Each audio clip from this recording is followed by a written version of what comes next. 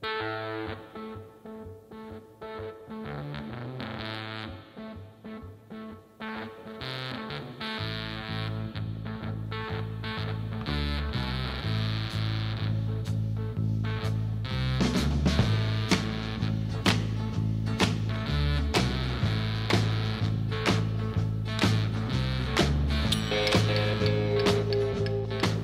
am not a morning person.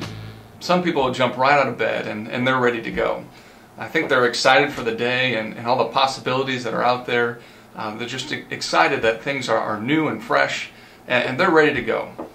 Those people bug me because I am not good in the morning until I go through my routine and I'm ready to go. It takes me a while to wake up. I mean, you can talk to me, you can ask me questions, and I'll probably respond, but later I'll have no memory of the conversation that was taking place earlier. I have to have my shower and brush my teeth and go through those things before I'm awake and ready for the day. Some of us need that first cup of coffee in the morning to get us going, and the caffeine gets into our blood, gives us the energy to get through the day, or others need to go for a morning jog or a walk, get their blood pumping and get their body moving in order to wake up. But before that wake-up routine, a lot of us are just kind of sleepwalking. We're just kind of going through the motions until we get through that routine, and then we are awake and we're ready for the day.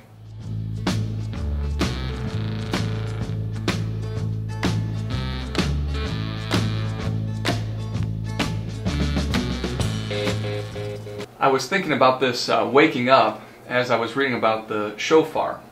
I just happen to have one sitting here with me. A shofar is a goat's horn that is used to blow and to make a sound, kind of like a trumpet. But it's not a musical instrument. It's not meant to sound musical or pretty. The sound of the shofar is harsh and alarming. And the Jewish people would use that during the New Year celebration, which for them is in the fall. They would blow the shofar 6 times. And this was during their celebration of Rosh Hashanah.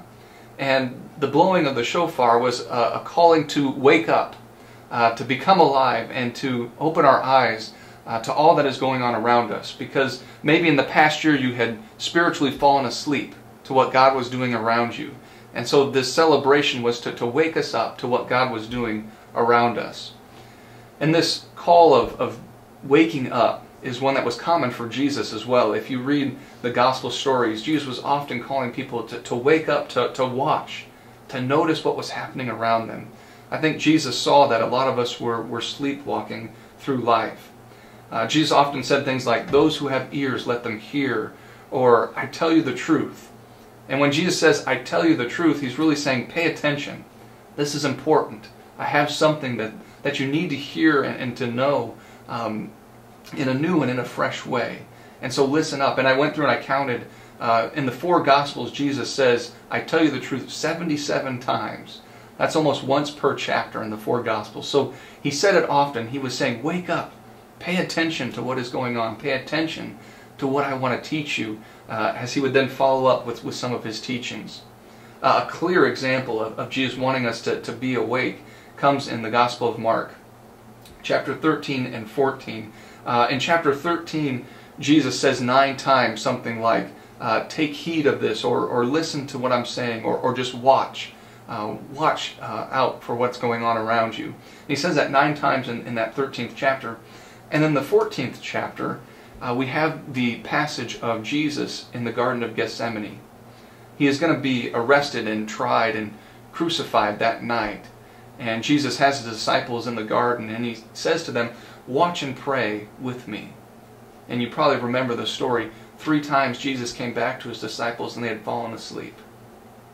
3 times he had to wake them up and again say, watch and pray. Be awake, be alert to what's going on. And each time they fell back asleep. Well, God wants us to wake up, to not fall asleep on him. But I wonder, how often do we fall asleep when Jesus needs us the most? How often are we sleepwalking through life so that we miss the needs that God has placed right around us? Maybe every single day you walk by someone that needs God's love and grace. And yet because you're just going through the motions, just trying to get through, you miss that person. We need to wake up.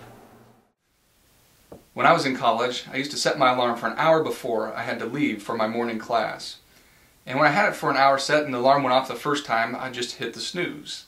And then the alarm would go off again, and I'd hit the snooze again. 3 or 4 times, I would hit the snooze button.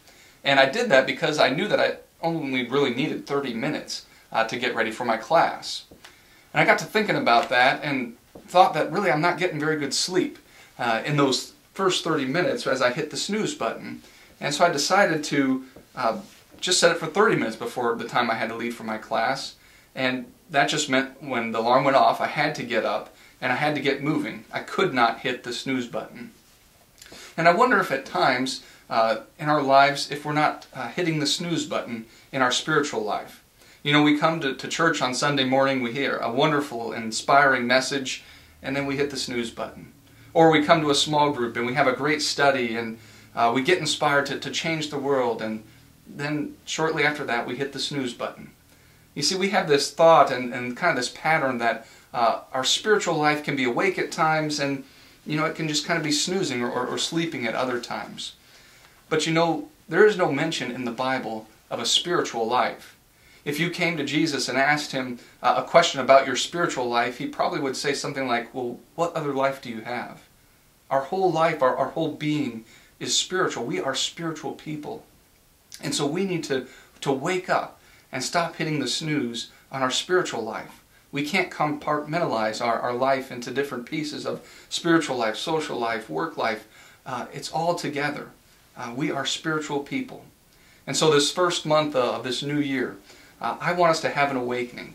I want us to wake up to what is going on around us, because God is doing so much more than we even notice.